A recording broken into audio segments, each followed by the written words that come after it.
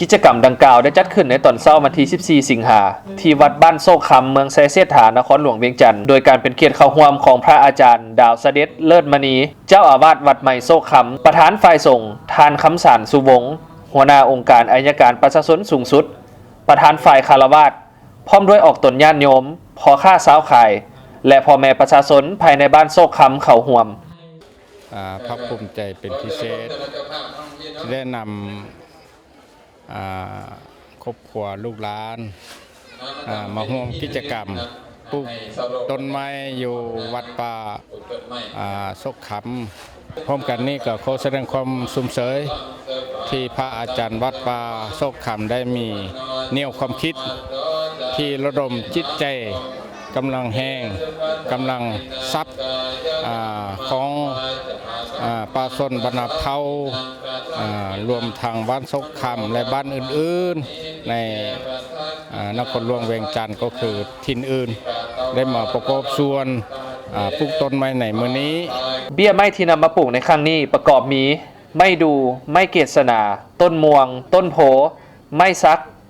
และอื่นๆหลายกว่า 1,000 เบี้ยทั้งนี้แนะใส่สร้างให้ประเทศลาวให้กลายเป็นพื้นที่สีเขียวสร้างสภาพแวดล้อมให้สวยงามและมีความร่มเย็นทั้งเป็นการประกอบส่วนเข้าในการพัฒนาและคืนความอุดมสมบูรณ์สู่ธรรมชาติเฮ็ดให้เนื้อที่ปกหุ้มป่าไม้สีเขียวเพิ่มขึ้น 70% ภายในปี 2020 ตามแผนของรัฐบาลวางออกดีใจหลายเนาะผมด้วยครอบครัวที่ว่าได้มีโอกาสมาร่วมในงานคันชิวาแล้วกับแมนว่าปลูกต้นใหม่เนาะที่วัดโศกคำนี้ซึ่งว่าสอดคล้องตามแนวทางของพรรคและรัฐบาลที่ว่าส่งเสริมการปลูกใหม่ของเวียกดังกล่าวนี้เป็นเวียกของทั่วปวงชนเนาะเพื่อเฮ็ดแนวใดว่าเบื้องขาดไม้สู้ชนของเวียงงานป่าไม้ก็แมนว่าเฮ็ดแนวใดเพื่อเพิ่มความปกหุ้มป่าไม้ให้ได้ 70% ในปี 2020 เนาะซึ่งว่าเวียงงานปลูกใหม่นี้บ่เฉพาะแต่จะปลูกในสถานที่ในพื้นที่ที่เปิดในกำหนดแต่ในความเป็นจริงพวกเราสามารถปลูกได้ตลอดจุดหมายสำคัญในการปลูกต้นไม้นี้คือการรักษาสิ่งแวดล้อมคือประยุกต์เอาหรือว่านำเอาคำสอนขององค์สมเด็จพระสัมมาสัมพุทธเจ้าของเรามานำใส่ในชีวิตประจำวันคือ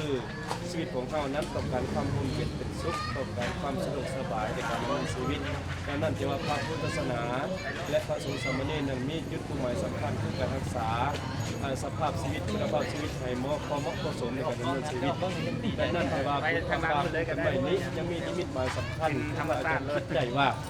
นิรมิตวัดบ้านไหนเป็นวัดป่าโดยเฉพาะเมื่อนี้วัดทั้งหลายที่อยู่ในเมืองพอดีอยู่สถานที่ใกล้ๆตัวเมืองพอดีกำลังพบปัญหาอันหนึ่งคือห่อน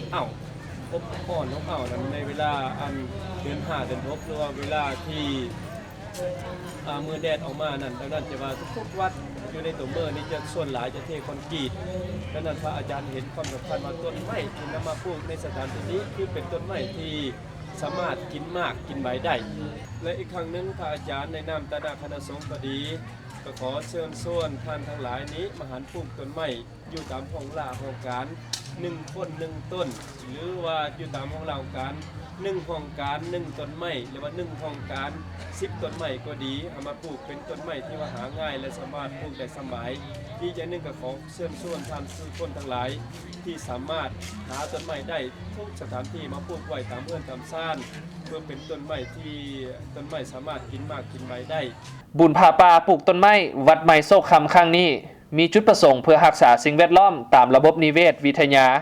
ประยุกต์คำสอนของพระพุทธเจ้า